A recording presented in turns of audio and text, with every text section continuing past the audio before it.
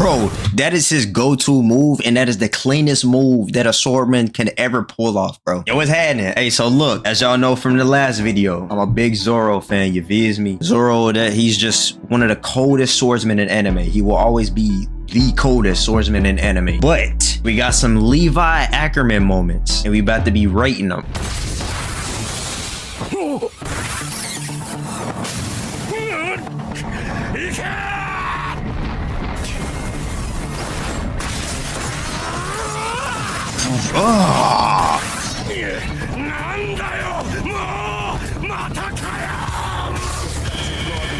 Who needs a lesson in Titan slaying when you can see the Beyblade of the Attack on Titan universe in action? Yes, I'm speaking of none other than Levi ACKERMAN, the shortest man in Paradise who has a strange fetish of slicing things up while looking cool. With Season 4 coming to a close, it's time to see 10 of the best Levi ACKERMAN moments in Attack on Titan. But before I continue, I'd like to mention that I've teamed up with Prime Video Bro, are you serious right now?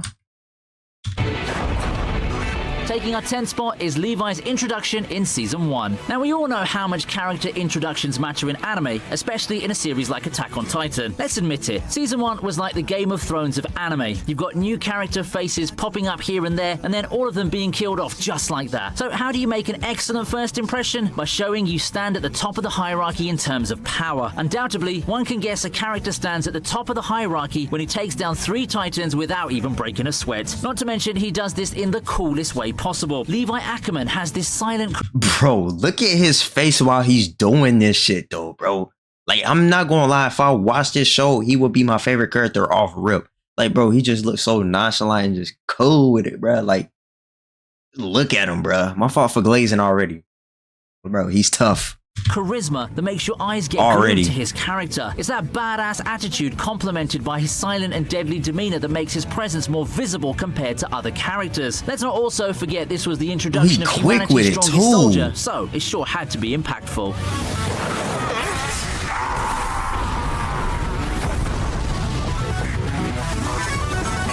I ain't gonna lie. First moment, 10 out of 10. Clean.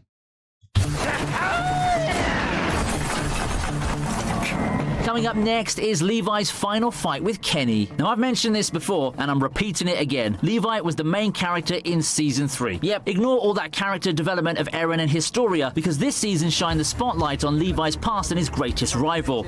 Oh, hold on. They got a whole season based off him? Yeah, bro. I got to finish this for sure. I watched like the first, I think first like, I don't even know, 10 episodes, bro. I gotta finish this for sure. I don't know how cool those student mentor fights are, but the best way to make it more interesting is to add guns and then to add Levi. Kenny the Ripper versus humanity's strongest soldier. What are the odds? Kenny may have the upper hand, mainly due to his skill with guns, but Levi decides to be tactful here. Using the explosion as a distraction, he directly slashes his mentor from his sword, and the Ripper has to go running back to the caves with a ripped shirt. Not Kenny's best day, but then again, that man never had any good days.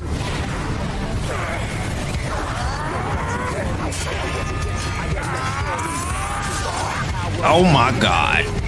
Oh, I thought he cut his body in half. Bro, I'm not gonna lie. He is so tough, bro. The fact that he got IQ too.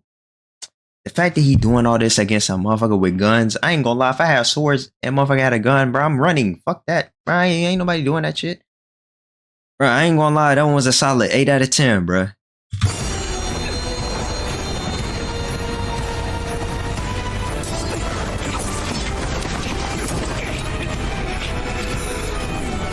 Number 8, we have Levi meeting Erwin. How did you meet your best friend? On your way to class? Or perhaps knowing you had similar interests in something? Either way, I'm sure you didn't get to know each other after a frantic chase inside a city and a fight with blades. Levi's and Erwin's first meetup is a rather special one. One of them was manipulating the other person, and the other person, being the smart guy he is, knew he was being manipulated and acted along. Erwin was the hyped up and callous commander back in the day, and Levi was like the street thug who looked cool but laid back unless someone called him for a fight. Levi's goal here was to somehow get into the military, and Erwin planned to find the people who stole the maneuvering equipment. After some air aerobics and a nice and short fight scene, the two destined friends finally meet, and who would have thought that one of them would encourage the other to give up his dreams and die? Hold on.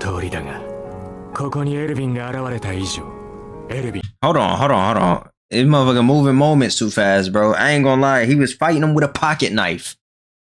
8 out of 10, bro.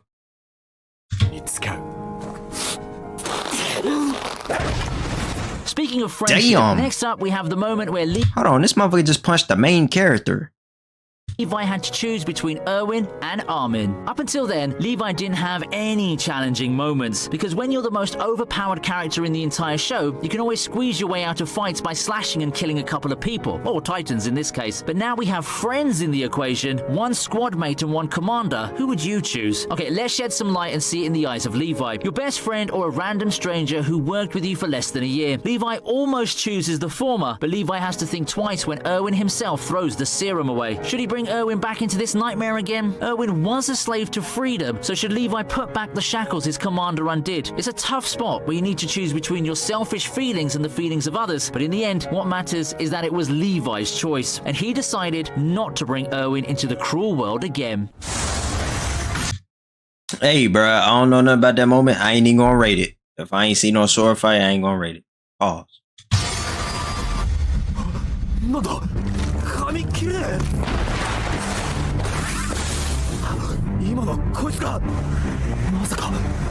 Next up, we have another one of Levi's entrances, and that's his entrance in Season 4. Honestly, this man really knows how to make entrances. If Erwin didn't make such a grand entrance in Liberio, Levi would be dominating all of the badass Attack on Titan entrances lists. And can we take a moment to appreciate how he appears when things have turned upside down? While the other members are busy fighting, Levi's chilling somewhere, waiting for his turn in the spotlight, and then when things turn sour, that's when he thinks, okay, it's Boy, really trying to be a last minute nigga, bro. Like, if you don't go and fight, bro, why? Bro, come on. You letting other people die while you just chilling. time to remind these people why I'm humanity's strongest soldier. Porco was an airhead who always abided by the being a titan means being strong rule, and who's the best person to shatter his perspective? Levi. Zeke learned his lesson in Season 3, and Porco learned his lesson in Season 4. When an ACKERMAN's around, always check your surroundings, because you never know from where they're gonna hit you. Damn, hold on. How many ACKERMANs are there?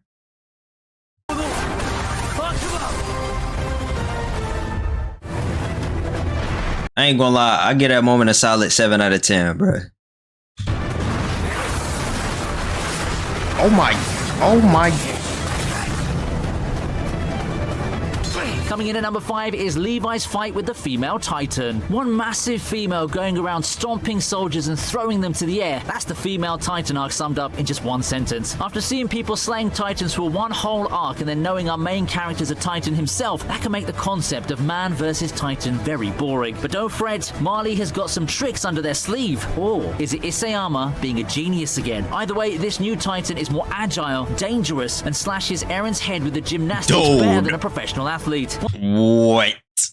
He's supposed to be the main character, ain't he? Eren is the main. Eren, whatever the fuck his name is. He's the main character, right? Once again, who's there to save the day? Levi. If Levi's good at two things, it's slashing things and rescuing kidnapped people. Levi teaches the female Titan what it's like to mess with an ACKERMAN and cuts her so hard that it brings her to tears. Okay, I know Annie didn't actually cry because of Levi, but it sure must have given her some trauma.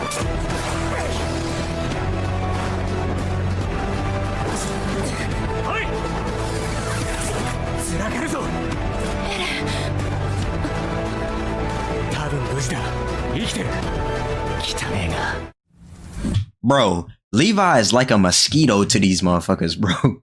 Like they not gonna get this. What's something you can't kill? A fly, bro. Like you gotta catch them motherfuckers, bro. He's like a fly to these motherfuckers, just annoying as hell to him. But he badass though. You feel me?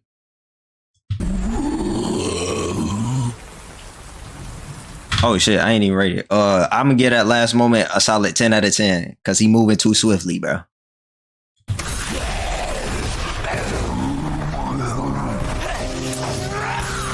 Next up is Levi's famous God mode, aka his rage scene after seeing his friend's death. Modes. Now, in all of these scenes we've spoken of so far, Levi was still his usual calm and collected self, no matter how desperate the situation was. So, if that was him being a badass when he was normal and calm, imagine how aggressive he could be if he were in a rage. Turns out, killing Levi's friends isn't the best way to have a peaceful death. After seeing Furion and Isabel's corpses, Levi flies into a mad state of rage and nearly skins the Titan alive. It's bloody, it's gory, it's brutal, but traumatizing all at the same time. With this scene, we were shown why Levi was more cold-hearted and numb when it came to his squad's death. He has seen death before, so it could never shake him again. As for the Titan, if Levi's blades didn't kill it, the trauma surely would have. Oh my. Oh yeah, do not make this nigga angry, bro. My goodness. Bro, bro. I swear if Zoro didn't have like I don't even know what, I ain't even got that far in One Piece, but if Zoro ain't have like all that special abilities and stuff that I seen from what Zoro versus King, bro, I ain't gonna lie, this would be a good ass fight between Levi and Zoro, bro. I ain't gonna lie to you, bro, cause he moving too quick. That moment was a 10 out of 10, bro.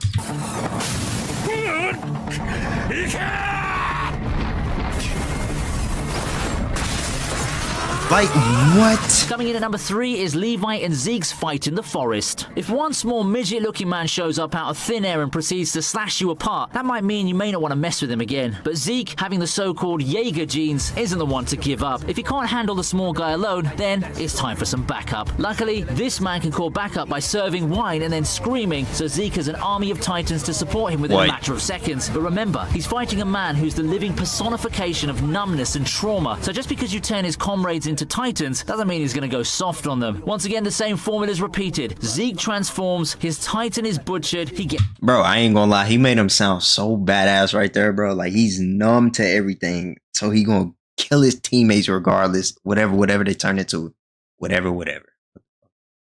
It's captured. Seriously, these Jaegers need to learn their lesson. Messing with an Ackerman isn't gonna give you a happy ending.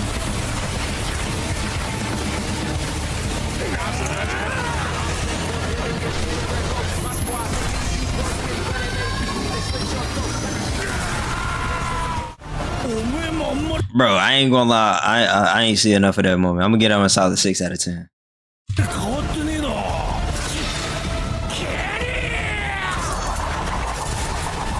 Taking our second spot is Levi's first. Nigga, get the fuck out of here. How did he block that? How? Like, bro, what?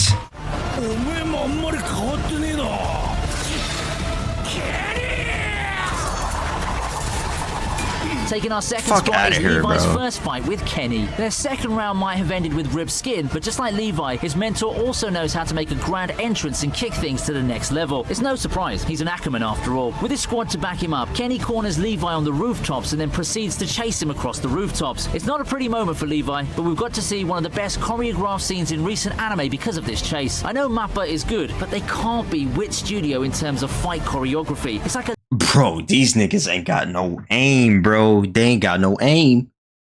Y'all all, 3 shooting 6 guns, bro, and y'all can't hit them? How? living person with a camera moved along with Levi and decided to record his escape in the best possible angles. The fight starts when Levi jumps off a rooftop and ends with him in a bar, and you've got juicy action to fill the entire short trip. Hats off to the animators for pulling off this scene perfectly, and hats off to Levi for escaping so many shooters. He is moving.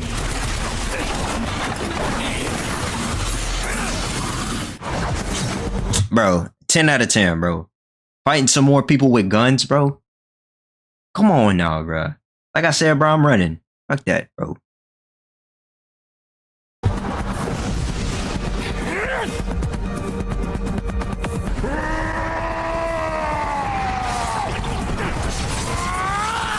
Bro, that is his go-to move, and that is the cleanest move that a swordsman can ever pull off, bro.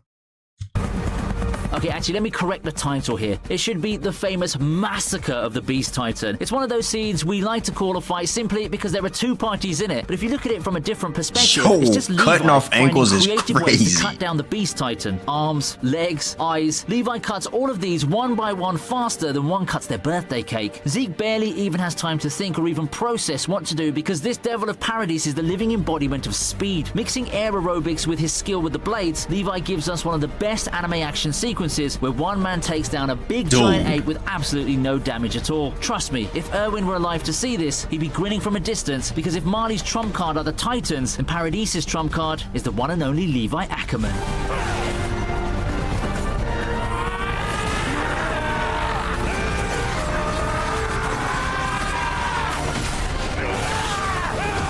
Yo, chill. Oh my. Nah, bro, he is tough. Ain't gonna lie, that last one was for sure a 10 out of 10. Bro, Levi, not gonna lie, bro. He might be one of my new favorite swordsmen, bro. I ain't gonna lie, can't nobody beat ZORO.